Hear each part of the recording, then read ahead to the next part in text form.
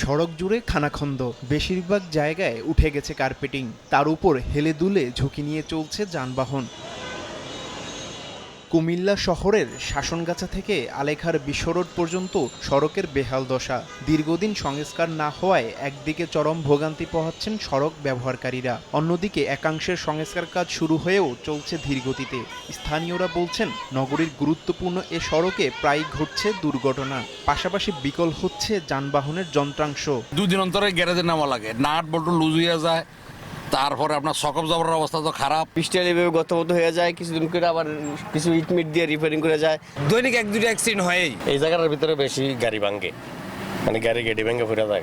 সংস্কার কাজের ধীরগতিতে অসন্তোষ প্রকাশ করছেন স্থানীয় জনপ্রতিনিধিরা। কার্যাদেশ পেয়েছে, মেয়াদও শেষ হয়ে গেছে, কিন্তু এইখানে সড়ক ও জনপথের লোকজন কেন এটার ব্যাপারে ব্যবস্থা নেয় না সেটা আমি জানি না। শীঘ্রই সড়কটি সংস্কারের আশ্বাস সড়ক বিভাগের। এটা আসলে প্রকল্প না, এটা হচ্ছে আমাদের পিরিয়ডিক মেইনটেনেন্স প্রোগ্রামের আওতায় একটি কার্যক্রম। আমরা চাচ্ছি যে পার্মানেন্ট সলিউশনে যেতে, এবং সেই আলোকে আমরা প্রস্তাব দিয়েছি, এবং এই কাজটা শেষ হলে আশা করছি আমরা এই সড়কগুলো নষ্ট হবে না।